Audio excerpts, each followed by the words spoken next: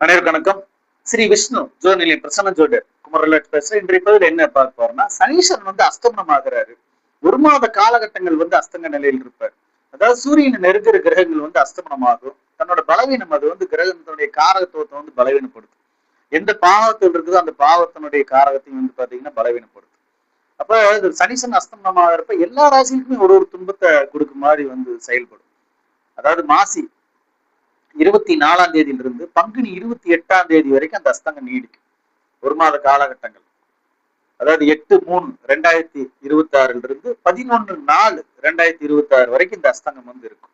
இந்த அஸ்தங்கமான காலகட்டங்கள் இப்ப மேசராசி ரிஷபராசி பொறுத்த வரைக்கும் பொருளாதாரத்துல பலவீனம் ஆகிறது, இடமாற்றங்கள், உடல்நிலை சரியில்லாம போறது, இந்த மாதிரி துன்பங்களை கொடுக்கும். மெயினா பொருளாதாரத்துல பிரச்சனைகளை பண்ணும். நமக்கு வர்ற வருமானமோ அல்லது கடன் பிரச்சனைகளையோ இந்த மாதிரி எல்லாம் சோதனைகளை பண்ணும். சீக்கிரம் நமக்கு அடைக்க வேண்டியது அந்த மாதிரி எல்லாம் செய்ய வேண்டியது. அதே மாதிரி மிதுனம் கடகம் எல்லாம் குடும்பத்துல சில சண்டை சச்சரவுகள், பிரச்சனைகள், விரயங்கள் இந்த மாதிரி மிதுனம் கடகத்துக்கு எல்லாம் போகும். அதே மாதிரி சிம்மம் கன்னி, சிம்மத்துக்கும் கன்னிக்கு கடன் பிரச்சனையினால ஏற்படக்கூடிய தாக்கங்களே அதிகமா இருக்கும். விரயங்களும் அதனால அதிகமா இருக்கும். துலாம் விருச்சமும் அதே போல கடன் பிரச்சனை சம்பந்தப்பட்டது, இடம் சம்பந்தப்பட்ட பிரச்சனை, இடமாற்றங்கள் வர்றது, அதே மாதிரி உடல் நோய் சம்பந்தப்பட்ட பிரச்சனைகள் எல்லாம் சந்திக்க வேண்டியது வரும். அதே மாதிரி தனுசு, மகரம், கும்பம், மீனம் எல்லாத்துக்குமே பொருளாதாரத்துல பிரச்சனைகள் பண்றதுதான். கடன் பிரச்சனை, பொருளாதாரத்த பிரச்சனை. இதுல மகரம், கும்பம் ரெண்டுமே கடன் பிரச்சனைகளை சந்திக்க வேண்டியது வரும்.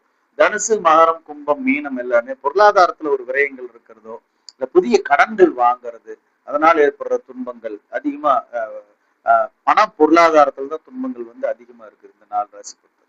அஸ்தமனம் அப்படிங்கிறதே ஒரு மாத காலகட்டங்கள் தான் இருக்கும். சூரியன் எப்ப நெருங்கி வர்றாரோ அப்பதான். சனீஸ்வரன் அப்படிங்கிறதுனால அது ஒரு கர்ம வினைக்கு உண்டான கிரகம் அந்த சனீஸ்வரன்ங்கிறதுனால தாக்கங்கள் எப்பவுமே அஸ்தமனம் ஆகிறப்ப அதிகமா தான் இருக்கும்.